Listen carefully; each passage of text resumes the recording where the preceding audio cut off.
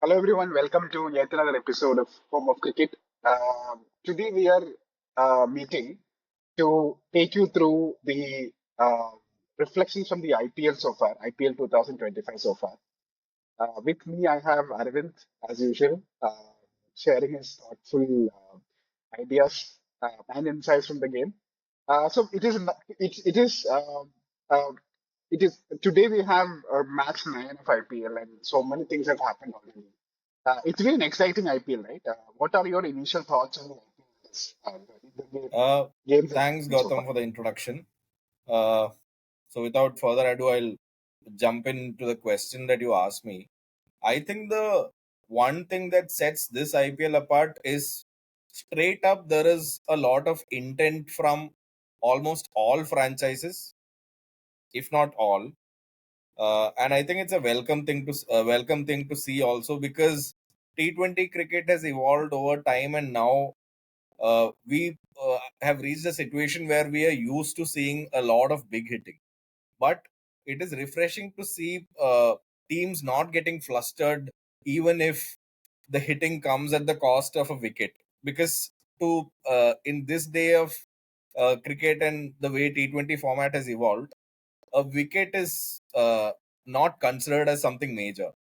Like it's almost exactly opposite to the way someone like Sunil Gavaskar and all used to opine in commentaries, where people needed to where people were expected to put a fair deal of value over the wickets, but that has gone over the window. And especially this IPL, I see quite a lot of big totals already, quite a lot of 200 plus totals. And when I'm talking about 200, it's not these 205 to trend sort of totals, and many totals have, as in a few totals have gone beyond even 240. So I think that is a major change that I'm seeing. Normally, these sort of situations used to happen when teams were more desperate coming towards the fag end of the tournament. But I think it's a change that it has happened right from the start.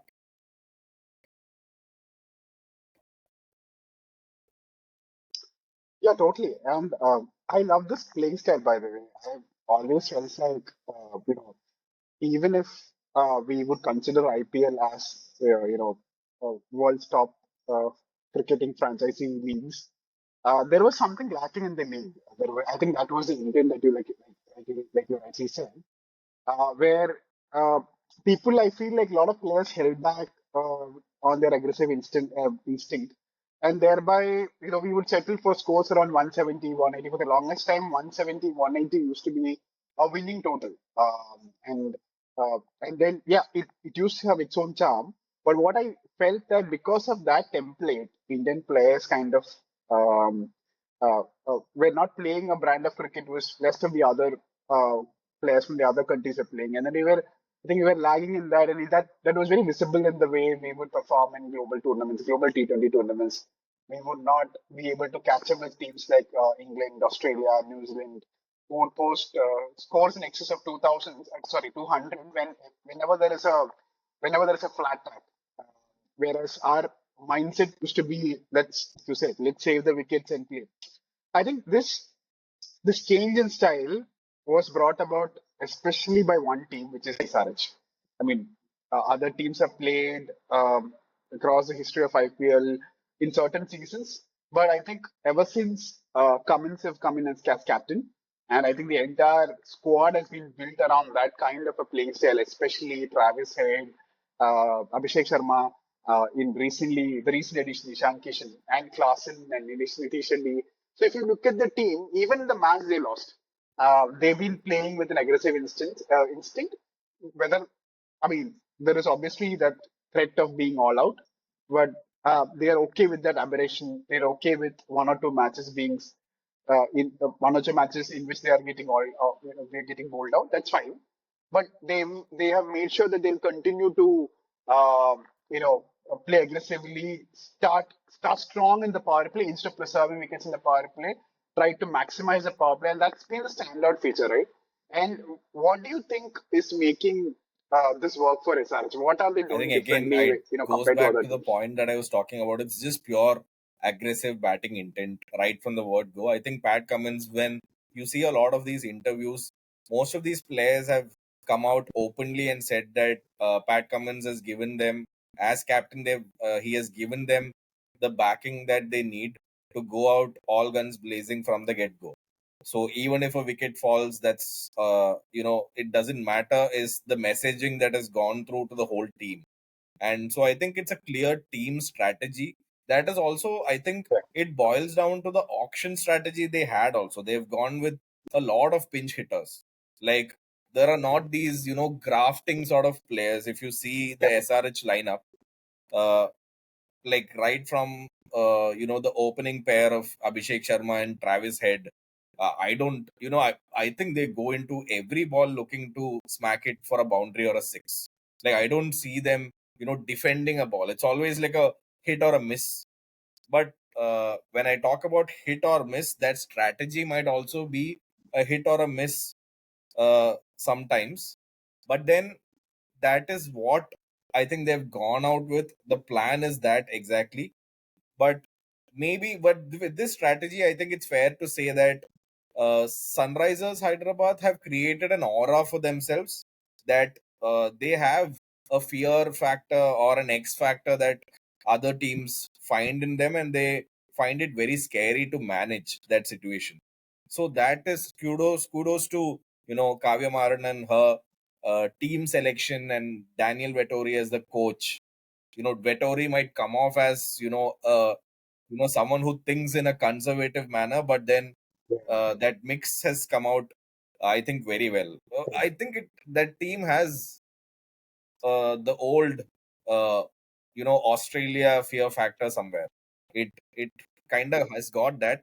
But then even if I yeah, come out and say that it's a hit or miss strategy when it comes to executing their plans over the course of the season, I think the first 14 games when we are speaking about it, I think when it averages out, it will be more than likely that they will come out trumps in most games, because with this strategy in on a flat batting track like Hyderabad, and most of the batting tracks are anyway flat in India, except for some tricky surfaces. But barring those aberrations, Sunrisers, I think, should be favorites to enter the playoffs at least. I don't know how far they will go this time around. The last time they reached the final, their hit on, it was a miss in that final. They got bundled out for 113, which KKR chased easily. But then maybe they have it in them to go one step further, is what I feel.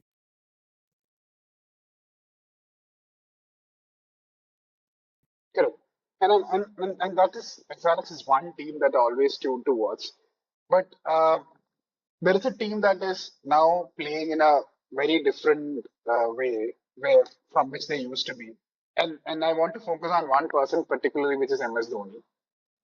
CSK has never been this dasher team. I mean, unlike the HRS form, they've never been the kind of a team who would explode in the power play. I mean, there were occasional games and they would do it, but generally the template is you have a very solid set of opening pair followed by some hitters in the middle, and then Dhoni would come, and then the Jadeja would come, and then they post a big score, sort of a score around 180, 200.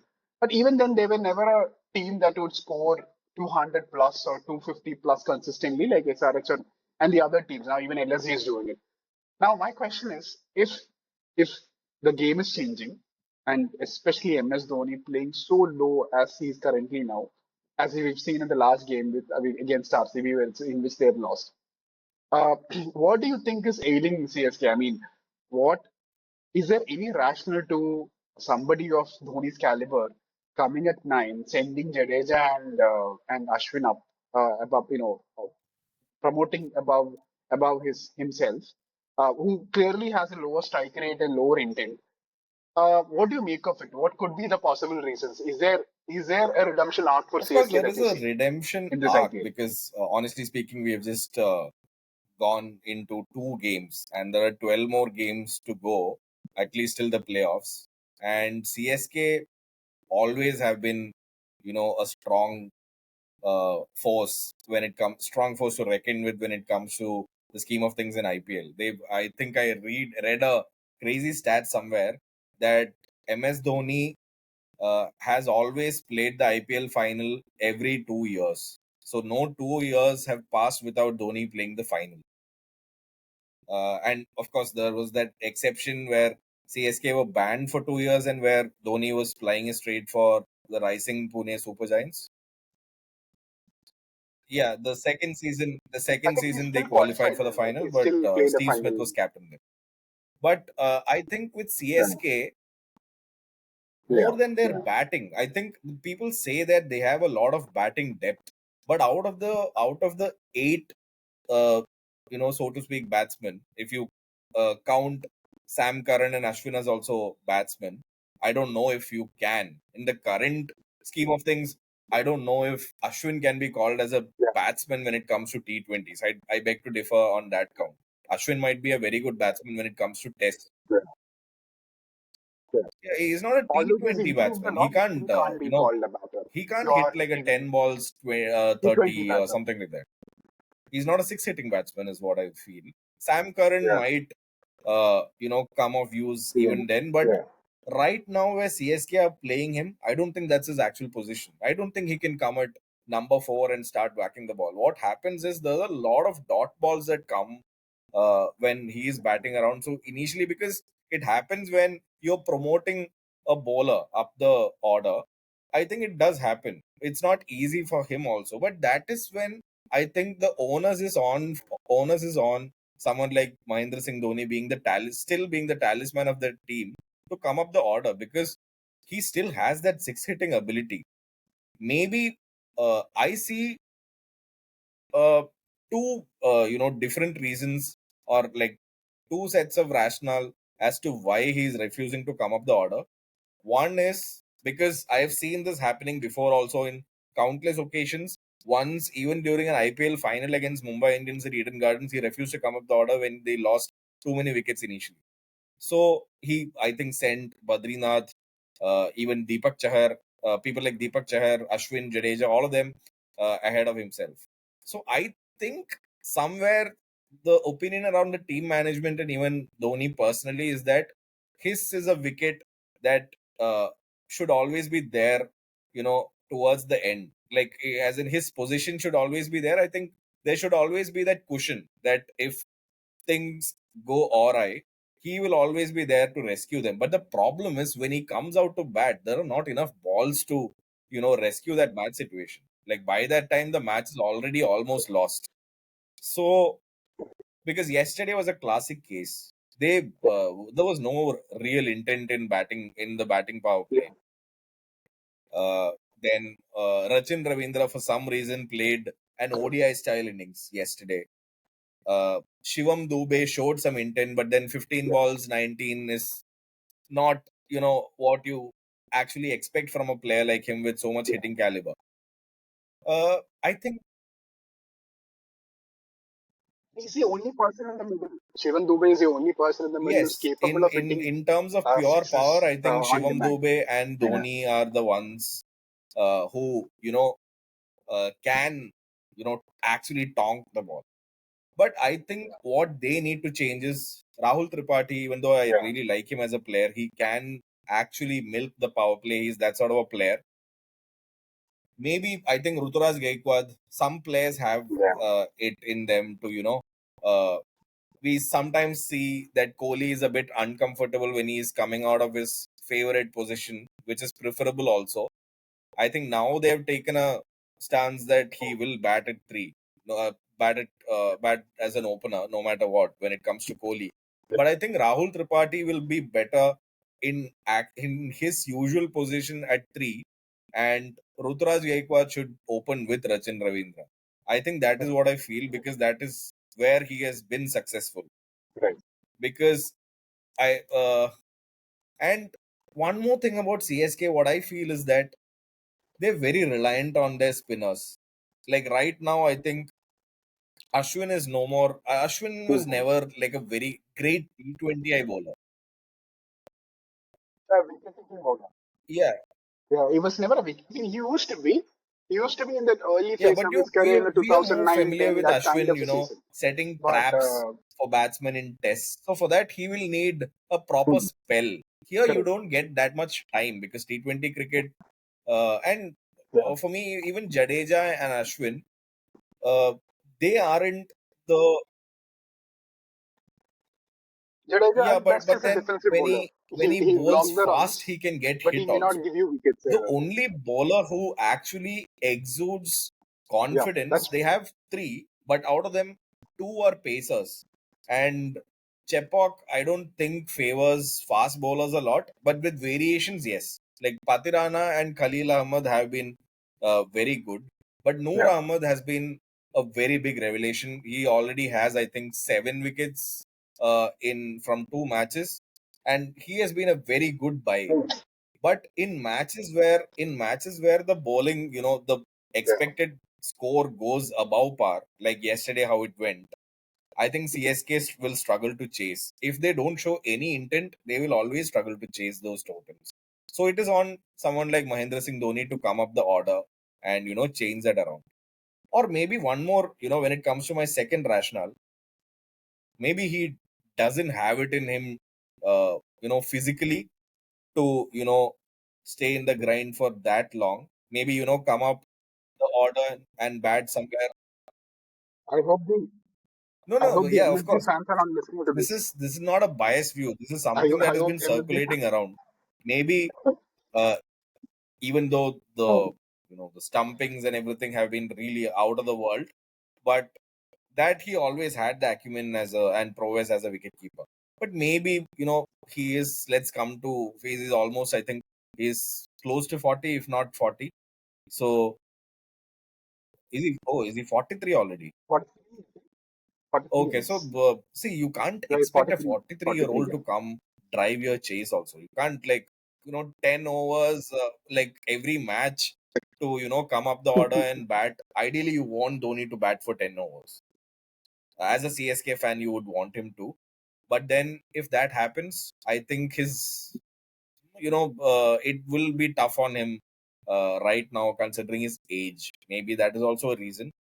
But honestly speaking, I doubt that is a Yeah, reason because I've seen this happening time and time again in seasons that have happened before. What do you think are the reasons? right.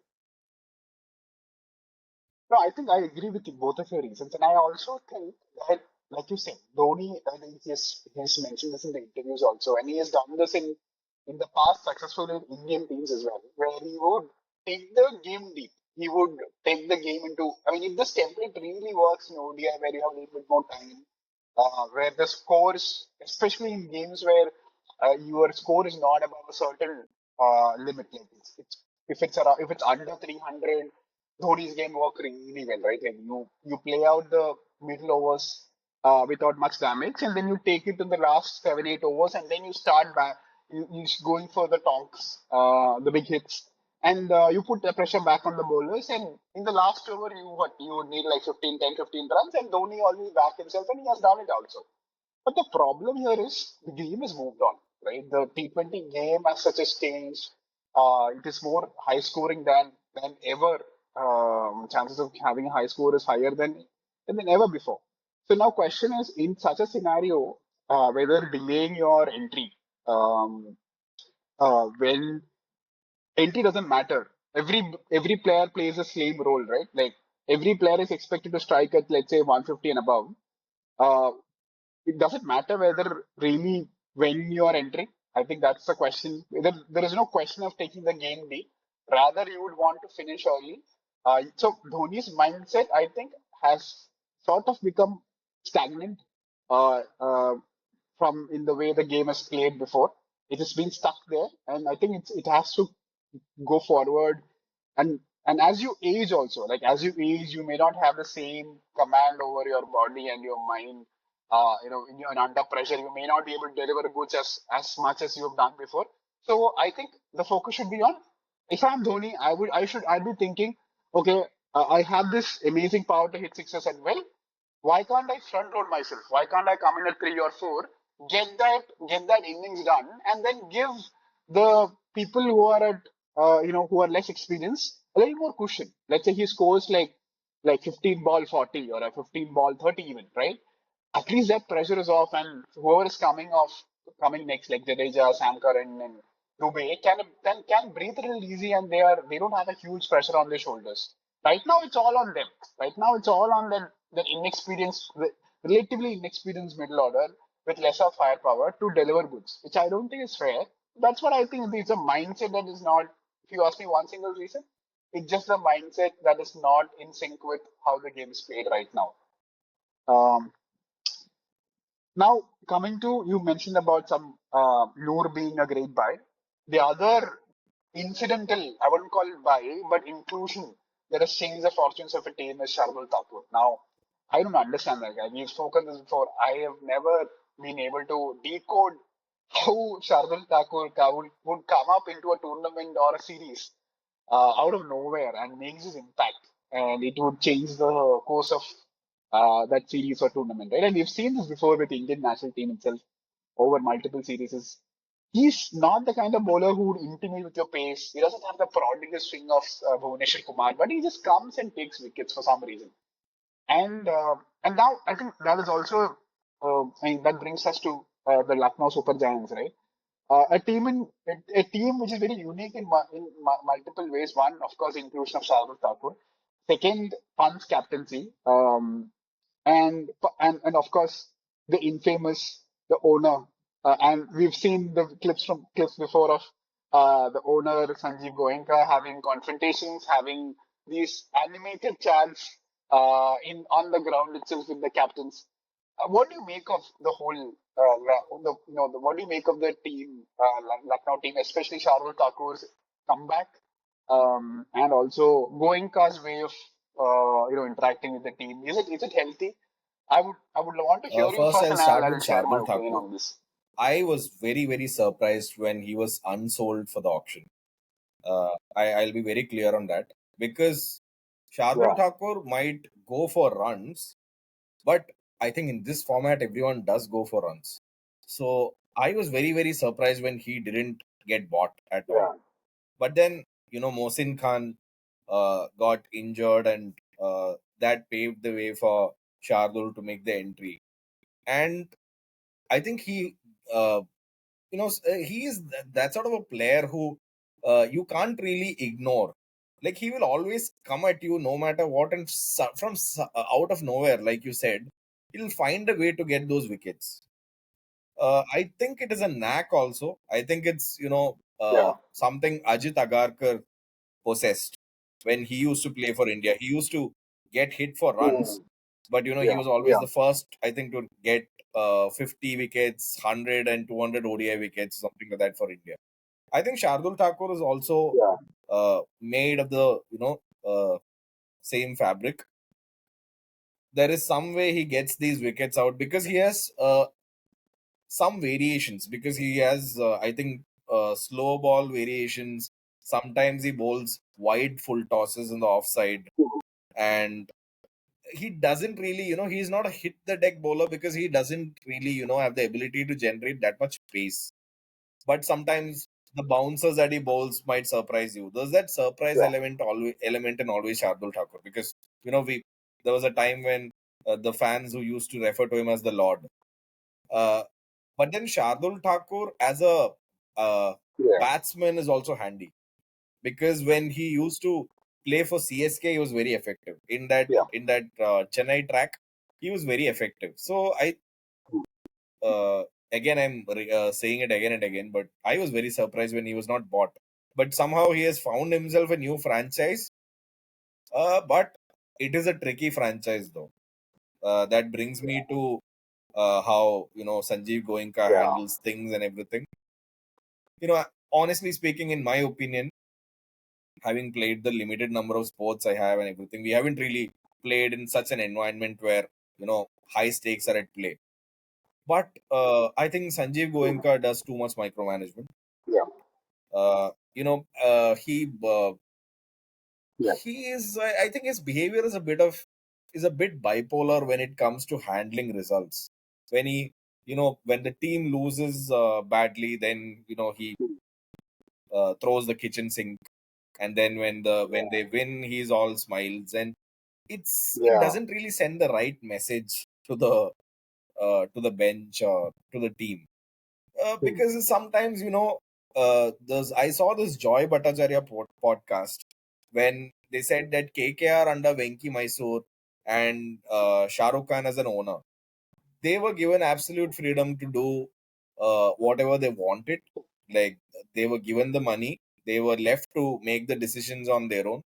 There was no interference whatsoever, and that is what the owner should be doing, because the owner should spend money on whatever people he Yeah, deems necessary to build that franchise, who will be able to make that franchise successful.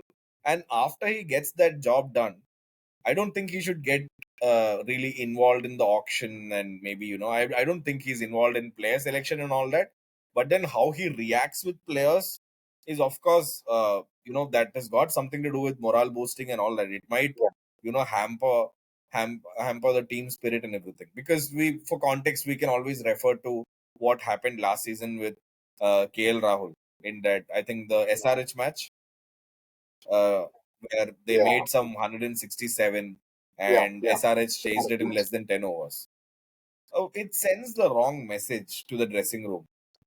Yeah, Uh, but so far, I yeah. think they have won one and lost one.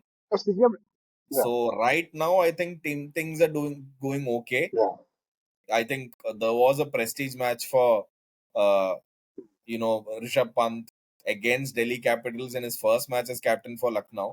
But then I think we saw what happened anyway. I think there was some fireworks that were yeah, happening, sort of fireworks, subtle sort of fireworks happening between the Delhi franchise owners and the Lucknow franchise owner, and Goenka during the auction also, because there was some picks that Paj Jindal was extremely happy with and everything, and the KL Rahul Rishabh Pant swap also yeah. happened, and Rishabh Pant, I think, has done well as captain, but his batting has not been at above. It has not really set the field ablaze. Let's be honest with that, because So Rishabh Pant for me has never been a great T20 batter. Although he made his name, I mean, playing IPL, he has played a few innings that stood out in the initial years when he broke in.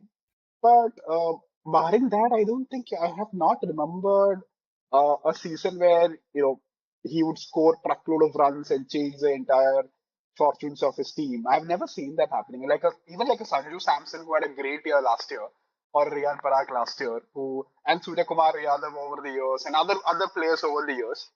Rishabh Pant, I always felt like he would underperform given the potential. He has somewhat of a Sehwag-ish kind of a record, right? He would really excel in test matches. Okay but I in find it very ODIs odd and not though. so great in Someone T20s. who has his ability and Have you who felt that? always shows attacking Yeah. intent right from the first ball in test matches. How has he not been showing any intent in T20s though? Is it? Uh, I find it very weird, because Hmm. Maybe it's the nature of the ball, since it's the kind of field they said. Spread out field is not really his thing, maybe, right? but Maybe then that's the reason. as T20 players, there are so many players who are coming and hitting the ball as and when they see them. So see ball, hit ball is the new mantra for so many of these young players, and so many of these players play so unabashedly. But then, having said that, Rishabh Pant has so much a wealth of international Hmm. experience, and I think he should be doing better in this format at least. Because right now, it does. Yeah. Uh, I don't think it should play around in your mind that much, but we need to understand that he has been the costliest buy in IPL auction history. 27 crores is no joke, and the franchise Hmm. that he has got into is LSG also. Like we mentioned, Mr. Goenka's antics might change. So Yeah. I think it's the sooner he starts Yeah. clicking, the better for him, because batters around him, uh, like Nicholas Puran, uh, David Millen, David Miller, Playing really well. all of these Plus players are Puran, yeah. playing very well with high strike rates, especially Puran. So, Yeah. uh, but somewhere I don't think Mitchell Marsh is also clicking for them. But I think there is an issue at the top of the order for them. Like, I don't think Aiden Markram is Hmm. clicking well for them. they will probably need to look at some uh, changes. Maybe Yeah, Rishabh Pant as left-right combination. yeah. Rishabh Pant as an Yeah, opener yeah, could be a yeah. And I interesting think India experiment. It did might try work out Rishabh for them. Pant as an opener, and maybe I think in one of the warm-up matches, and then he was tried and tested at as a number three batsman during the ICC T20 World Cup also. To you know, you would say I think average success. Yeah, Maybe that is something they could mm. look at. But then yeah, that is what I feel about LSG. Yeah. No, I'm thinking myself as an LSG player or a captain. And I would not want to be in that dressing room when your owner, like I said, when the owner is breathing fire or showering praises. It's kind of like you said, it's a very unpredictable kind of a behavior that we associate with organizations that we typically call toxic, right? Where you don't know how your manager is going to react. It's that kind of scenario, right? You have a manager that can react either way depending upon how your work is like, and you don't want that. You want ideally you want stability. You want that nonchalance in a certain way, where no matter whether you do good or you do bad, you trust your owners trust in you to deliver eventually at some point. And I think the best form of how an owner should, the best way how an owner should be like how Shah Rukh Khan is, how other owners are, where they would perhaps come into the business side of the team, but not into the cricketing side. Interestingly, like I was a video floating around making fun of Sanjiv Goenka, wherein he was addressing the team, wherein you have Lance Krusna, you have Zahir Khan, you have Justin Langer, stalwarts of the game, sitting and just listening. I'm just thinking, what? I mean, even for a moment, I'm considering it's going to be a motivation speech. What possible point could an owner who, with limited experience of playing cricket, would add than these players who are legends and who are great speakers who led their teams to victories in various formats? Could add. Like, it got me thinking, and it doesn't Do look you good think the at fact all. that That's in what my a take is. completely different sport, say football, he has a highly successful team like Mohan Bagan, Supergiant, who wins titles day in, day out?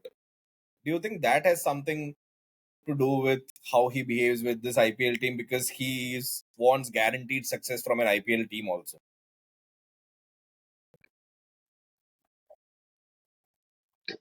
Yeah, I think that could be the case. Yes, because he's tasted success before in another sport. He perhaps thinking people associate themselves with a certain persona, right? Okay, I am the identity that they perhaps he's carrying is I am a successful sports team owner, and he wants to replicate that in every space he steps into.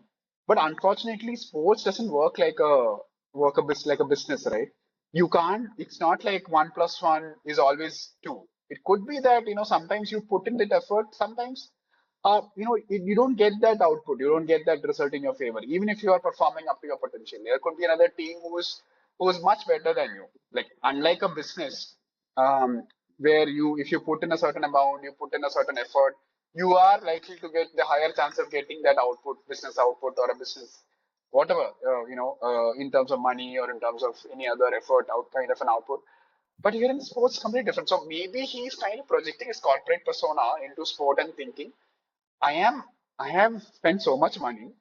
I have given them a world class facility to train. Now, why can't I get the result that I want? So it's not that simple, right?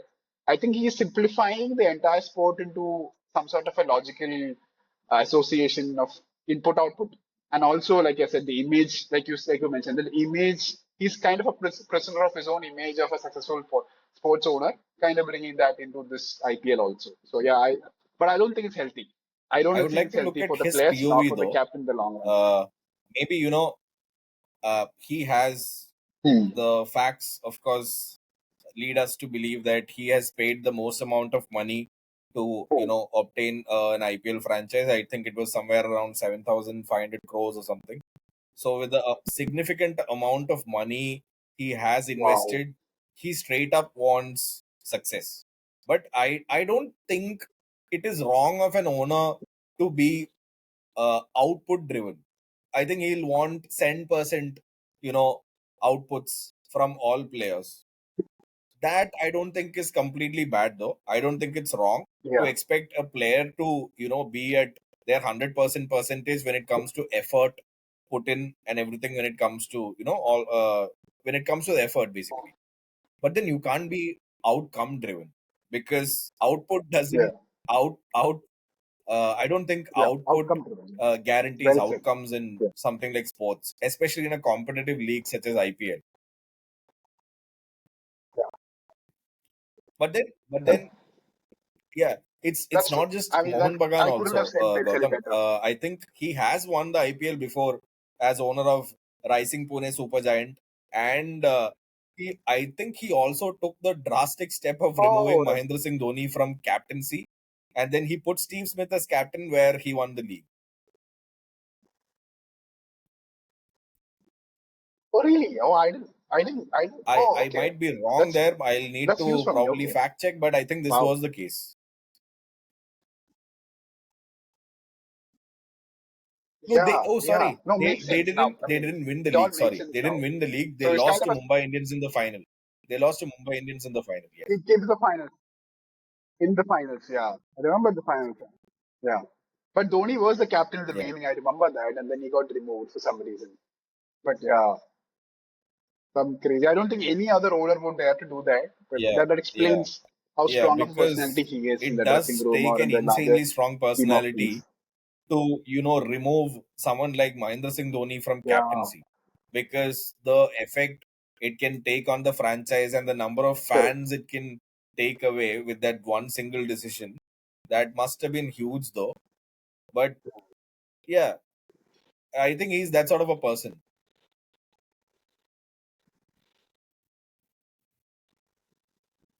Understood. Let's come to the last segment, which is more hopeful than the rest of the. While LSG ownership is showing us a very bleak picture, let's look into something more positive. Let's look at the emerging talent. Although it's very early, I just want to focus on a couple of names which has caught my attention. Among the first one is this player Ashutosh Sharma. What a player he has been in the last two seasons. Um, although it is only it's only one game so far for Punjab, or maybe one more. I can't recall exactly. But Delhi Capital. in that limited time, he has created a name for himself. Sorry, Delhi Capital. I'm just recalling the previous IPL. Delhi Capital, yes. Yeah, he has made such an impactful. He has made such an impact in that lineup. Um, who wouldn't want a player like him, right? Who'd come up, who would come up in the 14th over, 15th over.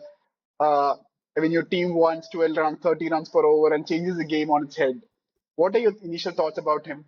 Are you hopeful for him to go further? Do you see potential in him in maybe an India cap down the line? We Is it never possible? know, because I think with the kind of form, uh, Hmm. I think that with that Rinku Singh has found himself in. I think he is in Rico, a sort of a rough Rico, yeah, patch somewhere. I think it's too early to judge, though. It's only been, I think, yeah, two yeah. games. But a finisher is where, Hmm, hmm. especially if Hardik Pandya doesn't really play too much T20 cricket considering the workload for India anymore. Maybe there is a place Yeah, for, people like Ashutosh Sharma, Shashank Singh. A lot of these finishers we have. I think we will have yeah, spaces for finishers, yeah. maybe, even if at the top of the order we might not really have too many spots left, but a finisher spot will always, Correct. invite a lot of, as in, I think it's worth fighting for, because Ashutosh, throughout his Punjab Yeah, Kings career also, he was consistent along with, Jitesh Sharma and Shashank Singh, and I think for yeah. one or two seasons Shah Rukh Khan also. Shashank Singh. uh, I think that is where Punjab Kings Yeah, is yeah. what, uh, gave him a career, probably an IPL career, and from there he has actually picked Correct. up.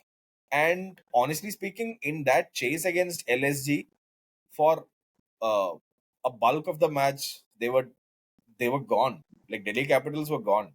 Like we had like when we were watching the Yeah, match, there was zero expectations from Delhi to win the match. They just came back like a phoenix and won that match. They just stole it away yeah, from LSG's hands.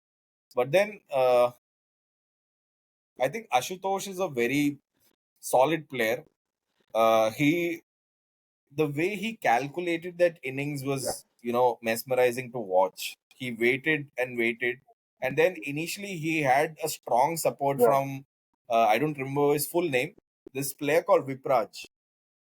uh, This Vipraj new was guy, really really good because he I think Vibraj, yeah. scored a quick fire 30-35 from I think 10, 11, 12 balls. I think he had close to 300 strike rate also, and then it made that much easy for Ashutosh because the platform was already set by Vipraj, and then it was purely on his hitting power. But the way he managed to bat with the tail, Hmm. that is something that will hold him in good stead when it comes to maybe the Indian cap in the future, because that was extremely mature. Because when wickets were falling around him, he held one end and he knew which bowler to attack, when to attack, which ball to attack, and at what time he needed to get out of his shell. But finally when it did happen, it was a worthy sight to behold. I really think he has strong potential. I really think he has a future. Yeah. What do No, you I agree. your initial thoughts, what is it about Ashutosh that That's what got your attention?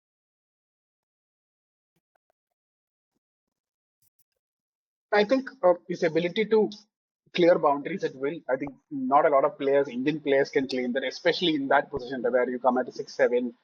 Uh, you'd associate that with Pollards, Nicholas Purin. You would associate with Hetmeyer. You would associate that with like a Stoinis, right? Who would come in and then start bashing with pure power. Um, and I think Ashutosh have that.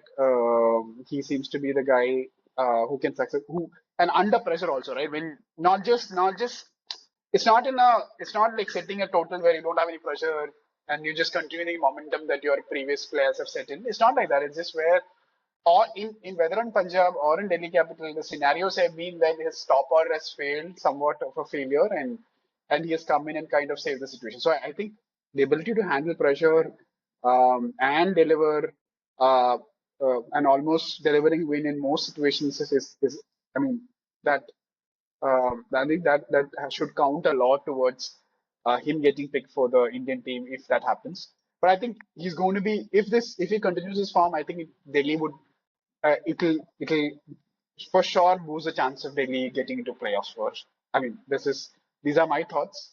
He's going to play a big role in Delhi's playoff chances. I want to end our podcast with one last name under the emerging talent, which is our local boy from Kerala. This the Putur, Vignesh Putur, if I'm getting him right. He's played only one game, so nothing too much, not too much to make of. But it feels good, right, to have a spinner in from Kerala. One spinner I can think of who've been sort of in the news at a national level is Ananda Padmanabhan way back in the 90s. But we have not heard spinners coming through and from Kerala at least and occupying the national stage. What are your initial thoughts? Are you excited about? I'm sure JK would be excited, but he has one more name to chase after and cheerlead I on. But think what are your initial when you thoughts? mention Ananta Padmanabhan's name, quite a lot of times it was always mentioned that he would have, because he had a stellar Ranji career playing for a team like Kerala, because Kerala at that time was not the Kerala it is right now. So if had Anil Kumble not been there in the scheme of things, Ananta Padmanabhan would have probably been in the Indian team, is what a lot of people said. And right now we see, when someone like Vignesh Putur Yeah, comes in, Ananta Padmanabhan is an umpire on the IPL. So I think Vignesh Putur, the action that he possesses is very. I think it has a. It looks like a very good action, by the way.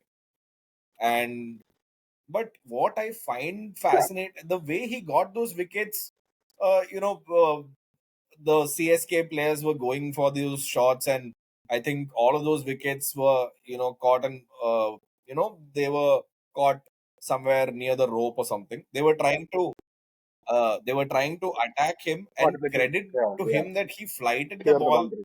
to lure them into Hmm. false shots. And that, Ooh. being a 17-year-old, it must not have been easy for him to, come up and play against a team like CSK in Chennai, when their team put only as much as, some 100, Yeah, 155 runs as a target. But credit to him and the way Surya Kumar yeah, Yadav used him as, sort of a bowling option. I think he did get from what he was saying from his interviews, it was evident that Surya instilled a lot of confidence in him. But what I find fascinating about the whole mm, Vignesh Puttur thing is the insane amount of scouting Mumbai Indians has. The the quality of scouting okay, they have probably yes. second to none, It's about to come because to that. they have produced Mm. they produced Jasprit Bumrah, they Hardik, produced Bumrah, Hardik Pandya, yeah, Krunal Pandya. illustrations. All of them, they have so many players in their ranks that it's not even funny. The way they scout is extremely insane. Because Vignesh Puttur, for the uninitiated, he's a player who has not played for Kerala at the state level. Like, he's not played for the Kerala state team. So where could the scouts have potentially gone to, check him and, recruit him? Because they must have found him playing in some, club cricket league or something like that. So the reach of the scouts is that much. In fact, Uh, yeah. In fact, the scouts found him playing for Alapi team. Alapi, I forgot the full name, but there was a similar to IPL. There was a in domestic IPL tournament happening in Kerala. I don't know about that. And then there was an Alapi team, and he used to play for Alapi, and yeah, these guys found him there. So I think all these domestic IPL tournaments, like Maharaja Cup and what is happening in Maharashtra, maybe I don't know the name. I think that is the breeding grounds where all these but scouts find these that the talents.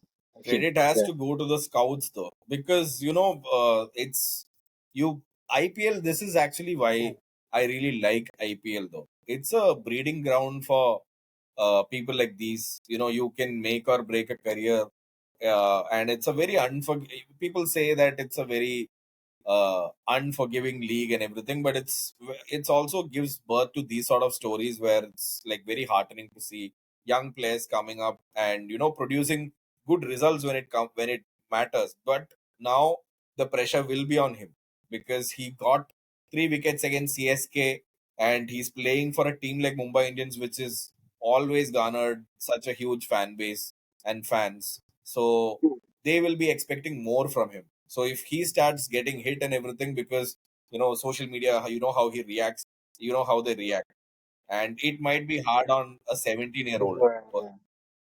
House up. So let's It gets, hope gets it he done. copes up with the pressure. Yeah.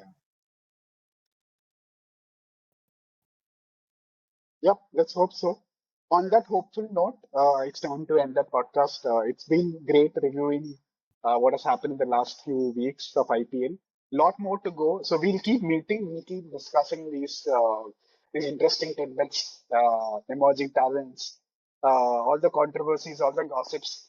Hopefully, we'll have other guests also to discuss. But thank you once again for joining. It's Thanks a been lot, a great Gautam. ride. The pleasure Hopefully, is meet you mine. again.